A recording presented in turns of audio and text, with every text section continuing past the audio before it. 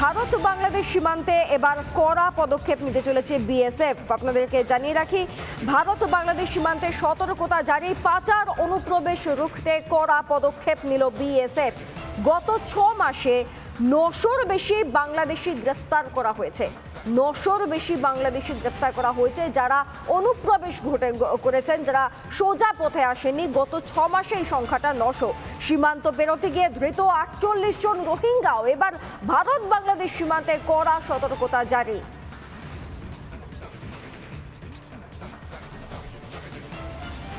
এইটা হচ্ছে এই মুহূর্তে বর্তমান পশ্চিমবঙ্গের পরিস্থিতি, যেখানে 47 জন প্রায় জানা যাচ্ছে রোহিঙ্গাকে গ্রেপ্তার করা হয়েছে এবং 900 জন বাংলাদেশি গ্রেপ্তার হয়েছে যারা সোজা পথে আসেনি, যারা অনুপ্রবেশ করেছেন। গত 6 মাসের ছবিটা এটা। একদিকে যখন এই ছবি স্পষ্ট হচ্ছে, তখন গত 21শে জুলাই শহীদ সভার মঞ্চ থেকে রাজ্যের মুখ্যমন্ত্রী কি বলেন? তিনি বলেন, চিন্তা করবেন না, বাংলাদেশে যদি আপনাদের কোনো পরিবার পরিজন থাকেন, পড়াশোনা করতে যান, চিকিৎসা করতে যান, যদি ফিরতে না পারেন ওই কঠিন পরিস্থিতিতে বাংলাদেশের কোনো সহযোগিতার দরকার হলে বাংলার দরজায় খটখটানি দিলে তিনি আশ্রয় দেবেন।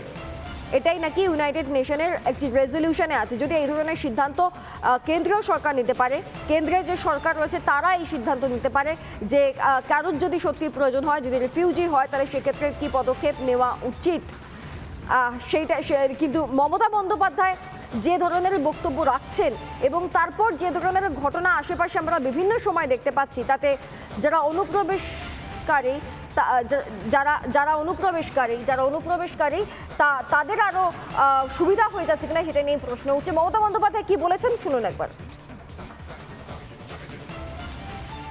চিন্তা করবেন না, বাংলাদেশে নিয়ে যদি আপনাদের কোনো পরিবার থাকে, পরিজন থাকে, কেউ পড়াশোনা করতে যান, কেউ চিকিৎসা করতে এসে ফিরতে না পারেন, যদি কোনো সহযোগিতার দরকার হয়, আমি বাংলাদেশ নিয়ে কোনো কথা বলতে পারি না, কারণ ওটা একটা আলাদা দেশ। যা বলার ইন্ডিয়া গভর্নমেন্ট বলবে, আমি বলতে পারি না। কিন্তু আমি এটুকু বলতে পারি, অসহায় মানুষ যদি বাংলায় দরজা খটখটানি করে, আমরা তাদের আশ্রয় নিশ্চয়ই দেব। তার কারণ এটা ইউনাইটেড নেশনসের একটা রেজুলেশন আছে। কেউ যদি রিফিউজি হয়ে যায়, তাকে পাশের পার্শ্ববর্তী এলাকা তাকে সম্মান জানাবে। কিন্তু আপনাদের কাছে আমার আবেদন থাকবে, বাংলাদেশ নিয়ে আমরা যেন কোনো প্ররোচনাতে না যাই, আমরা যেন কোনো উত্তেজনাতে না যাই। আমাদের সহমর্মিতা, আমাদের দুঃখ, সে যারই রক্ত ঝরুক তাদের জন্য আছে। আমরা দুঃখী, আমরাও খবর রাখছি।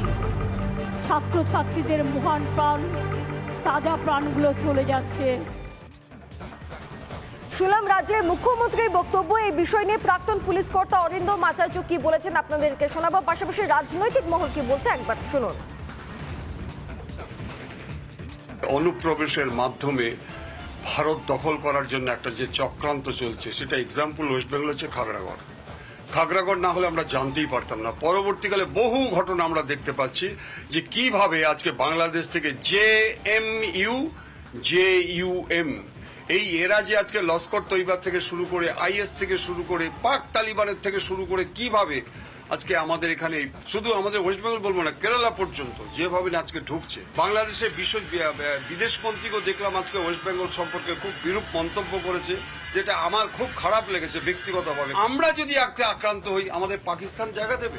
আমাদের বাংলাদেশ জায়গা দেবে? আমার দেশ, আমরা আজকে রক্তের বিনিময়ে দেশ স্বাধীনতা পেয়েছি, আর আমরাই আজকে এখানে থাকতে পারছি না। পার্শ্ববর্তী এলাকায় সম্মান জানায়, মানে পাকিস্তান থেকে কেউ যদি রিফিউজি হয়ে আসে, আমি তাকে শাক বাজিয়ে উলু দিয়ে বাড়িতে ঢোকাবো। হ্যাঁ, পশ্চিমবঙ্গটাকে বাঙালিদেরই রিফিউজি বানিয়ে দিয়েছেন উনি। আরেকবার পশ্চিমবঙ্গের বাঙালিদেরই রিফিউজি বানিয়ে দিচ্ছেন ধীরে ধীরে। হিন্দু বাঙালিরাই আস্তে আস্তে রিফিউজি হয়ে যাবে। ববি হাকিম যে কথাটা বলেছে, সেটা যদি আপনি তার পুরো অর্থটা দেখেন, তাহলে আপনিও একজন হতভাগার দলে, অবাগার দলে।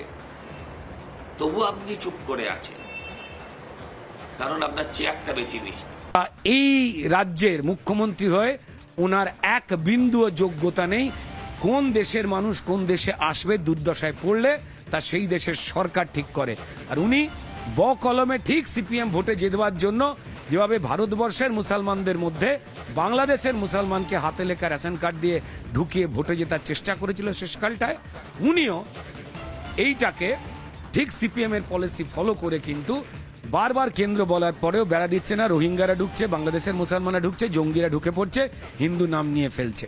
নিশ্চয়ই এই অনুপ্রবেশকারী এক জিনিস, আর কোনো একটি ঘটনার পরিপ্রেক্ষিতে আশ্রয়ের জন্য চলে আসে আরেক জিনিস। যেমন বাংলাদেশে যখন যুদ্ধ হয় 1971 সালে, তখন দেখবেন যে বহু মানুষ বাংলাদেশ থেকে এসছেন। আমরা পশ্চিমবাংলার মানুষ, ত্রিপুরার মানুষ, এমনকি আসামের মানুষও তারা আশ্রয় দিয়েছেন। কিন্তু সেটা সাময়িক ব্যাপার, একটা ঘটনার পরিপ্রেক্ষিতে তাদের আশ্রয় দেওয়া সেটা এক জিনিস, আর অনুপ্রবেশকারীদের স্থায়ী বসবাস করানোর পরিকল্পনা আরেক জিনিস। দুটোর মধ্যে পার্থক্য আছে। বিএসএফ এর যদি অনুপ্রবেশ হয় তার দায়িত্ব বিএসএফকে নিতে হবে, কারণ বিএসএফ কেন্দ্রীয় সরকারের অধীনস্থ সংস্থা। বিএসএফকে মমতা ব্যানার্জি কন্ট্রোল করেন না। আজকে একতরফাভাবে বিএসএফের জুরিসডিকশন বাড়ানো হবে, বিএসএফের কর্মীরা বিজেপি নেতাদের নিরাপত্তা দিতে ব্যস্ত থাকবে, গ্রামের মহিলাদের প্রয়োজনে অপ্রয়োজনে উত্তক্ত করতে ব্যস্ত থাকবে। আর এদিকে বিএসএফ যদি নিষ্ক্রিয় ভূমিকা নেয়, তাহলে সেখানে তো অনুপ্রবেশ হলে বিএসএফের দায়। এই বর্ডার দিয়ে কেউ তো মাছি হয়ে উড়ে আসতে পারে না। একটা মানুষ যদি বর্ডার পেরোয় এবং সে যদি অন্যায়ভাবে বর্ডার পেরোয়, তাহলে তার দায়িত্ব বিএসএফের, এবং বিএসএফের এই ব্যর্থতার দায়িত্ব নিতে হবে কেন্দ্রের স্বরাষ্ট্র দপ্তর।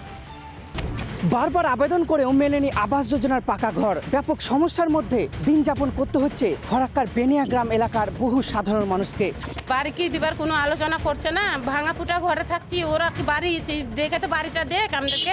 আমরা বিডিও অফিস সুদ্ধারেছি, আমরা ঝড়ে তেল উড়িয়ে দিয়ে চলেছে, তাও আমরা জানিয়েছি যে তদন্ত হবে। তদন্ত করে যারা প্রকৃত এরকম গৃহহীন মানুষ, তাদের বাড়ির টাকা, প্রথম কিস্তির টাকা ডিসেম্বর মাসের মধ্যে দিয়ে দেবেন, এই কথা আমাদের মুখ্যমন্ত্রী ঘোষণা করেছেন।